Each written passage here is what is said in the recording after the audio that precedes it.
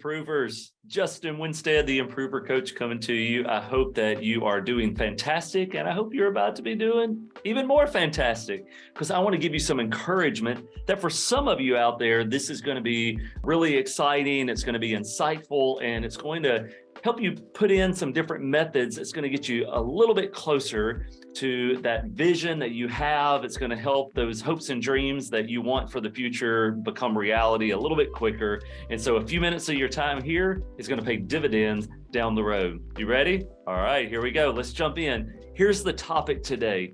I want to talk to you about the differences between goals and projects. And before you go there, this is not merely semantics. This is not one of those nuanced things that really doesn't matter. I'm going to tell you that confusing goals and projects can have real impact on you. And if you lead a team, it can be even more impactful. It can either have a positive impact if you know the difference and execute on that, or it can have a negative difference if you're unaware. So if you're trying to grow yourself or you're trying to grow a team or both, you really need to listen to this video and make sure that you're clear on these differences. Before I get into that though, I want to give you a little mental image that I know helps me when I think about this. And I tried to do the research on this quote. Maybe if you're watching this, you could go find out who the original source was, but I've heard it attributed to multiple motivational speakers and leadership authors and things. Stephen Covey is who I first heard it from. But the quote goes something like this: spend their entire lives trying to climb the ladder of success as quickly as they can, only to get to the top and realize it was leaned against the wrong building. So most people spend their entire lives trying to climb the ladder of success as fast as they can, only to get to the top and realize it was leaned against the wrong building. Man, that's a big deal, right? And why is it a big deal? Because a lot of us are looking at the people next to us. We're comparing ourselves to others. We're being jealous of the people that are ahead of us, and we're looking down on the ones who are below us, and we're just trying to climb the ladder as fast as we can. And we may not be paying attention to whether or not the effort that we're putting in and the progress that we're making is actually getting us to the destination that we want to end up at, right? And how does this relate to like the topic I said we were going to discuss? Well, it's directly correlated, because one of the things you can think of is your goal is like reaching the top of that building, whereas your projects and your tasks are those rungs along the way. They're these steps to get to the top of that building. And so when you get into project management, that's different than goal setting and execution, because project management is how do I climb the ladder faster? It's how do I increase my speed? How do I accomplish more with less energy? It's how do I get to my ultimate destination and the way I want to get there and the time I want to get there. That's all about projects, but that's different than the ultimate goal at the top. And so when you think about goals and projects, you need to think about what is the ultimate destination and then what's the means to the end to get there. Because projects are just a means to an end, which is the goal. But goals are not the means to an end of a project.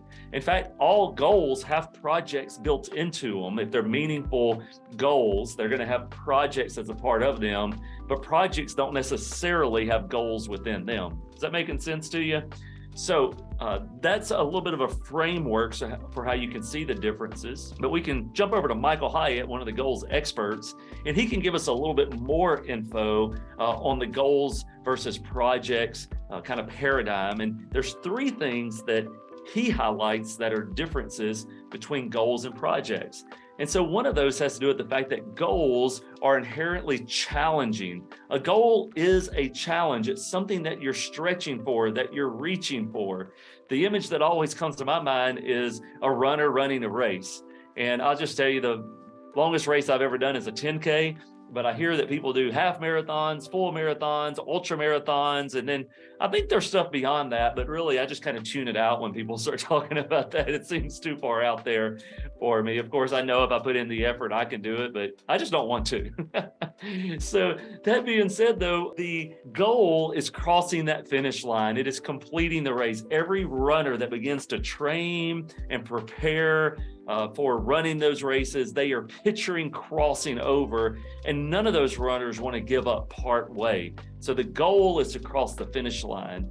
But within that goal, there's several miniature projects that they're having to do. And it may be things like finding the race and building out the workout regimen and getting a nutrition plan.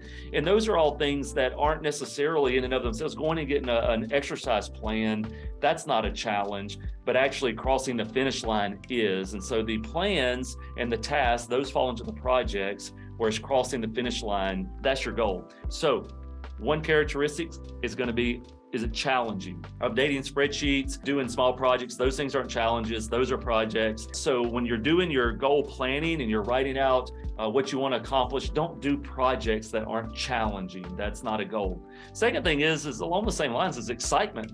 Like, does accomplishing the thing bring you excitement? If the answer is no, that, man, I had to get my taxes done, or man, we had to put together that presentation for that group of people, and man, that was just a drain, then those are projects that get you to some other goal. That's the work that you got to do. Sometimes we call that the backstage work. You know, you may really love the on-stage work where you get to get out and perform, and that's your main moneymaker. But sometimes you have the backstage stuff that you have to take care of to get you on the stage. And the backstage stuff isn't always exciting like the on-stage stuff is. So when you are considering whether or not your goals are actually projects, ask yourself, does this excite me? Does this, if I were to accomplish this, do I feel great about it? And then the third thing Michael Hyatt says about the difference between goals and projects is do they result in transformation? And so projects typically don't have any type of meaningful change on us as a person. They don't usually result in any type of self-awareness in our character or personal development or growth in that way. Usually projects are just getting things done, and it's moving the to-dos around and executing on those, right? But when you accomplish a goal, it should change the way you see yourself. If you run that marathon, it should change the way you see your ability as an athlete and your physical well-being. If you launch the product or you open that business and you do that thing, that's the goal that is challenging, it's exciting, and at the end, you're like, man, I'm now a business owner. I've been transformed in that. Or, you know what, I had a goal to read this many books, and I'm not usually one to read personal growth books. Well, now you're a reader. You read those books and you start identifying a different way. In fact, one of Hyatt's quotes that I love so much, it says, the goal is not just about what you accomplish, it's about what you become. And guys, I want to tell you something. That's one of the reasons I love coaching. And I love to walk alongside individuals and teams and help them to set goals and then get plans to execute on those goals in an effective and efficient manner.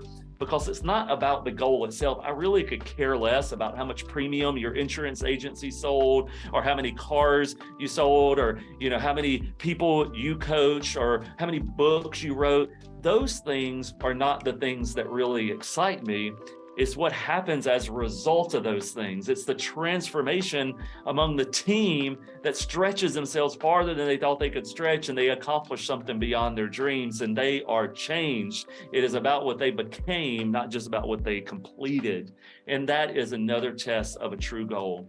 So I want you to look at some of the things that you have. Hopefully you've got some goals on paper in some type of a planner or on some type of a program, and you're able to look at those goals in writing and examine them and say, are these goals challenging? Are they exciting? And are they transforming?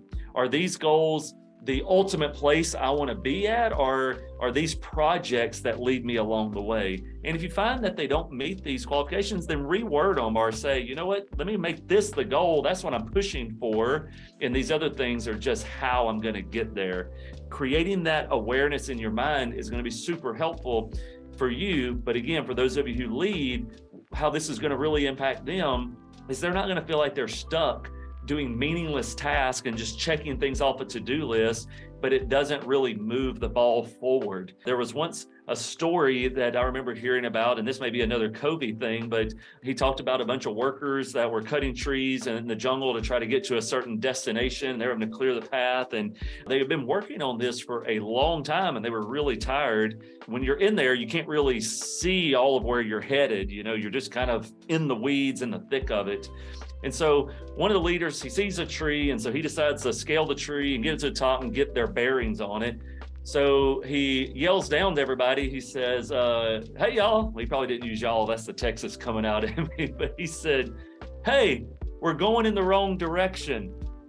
And then the people down below said, shut up, we're making good progress. Look at all the work we're doing. And I kind of think about that many times with the way we lead our teams, the way we run our businesses. Like, we're making progress, apparently, we're getting things done, but we're actually not necessarily going in the right direction. One of the phrases I like to talk about on our team is, look, busyness is not always business. And some of us get those things confused. If we're busy and we're accomplishing things, we think we're actually moving the business forward, and that's not true. There's some of you out there that you think the way you should get paid, or the way that your team members think they should get paid, is by activity and availability. So as long as I'm here, as long as I'm doing things and I'm available, then that is my main role as a team member. And I would say, don't pay people, or don't think that you should be paid on activity and availability. You should be paid on productivity. Are you actually accomplishing meaningful goals that are helping everyone, including yourself, move towards that desired future and that vision that you have? Hey, that's what we love to help people do. We love to help you get the vision, reverse engineer that into the goals, and then stay encouraged, equipped, and educated along the way so that you can do that and have your dreams become reality. Hey, if we do that, we're going to live better lives, we're going to run better businesses, and we're going to make this world a better place. Improvers, you stay good, keep getting better. See you on the next call.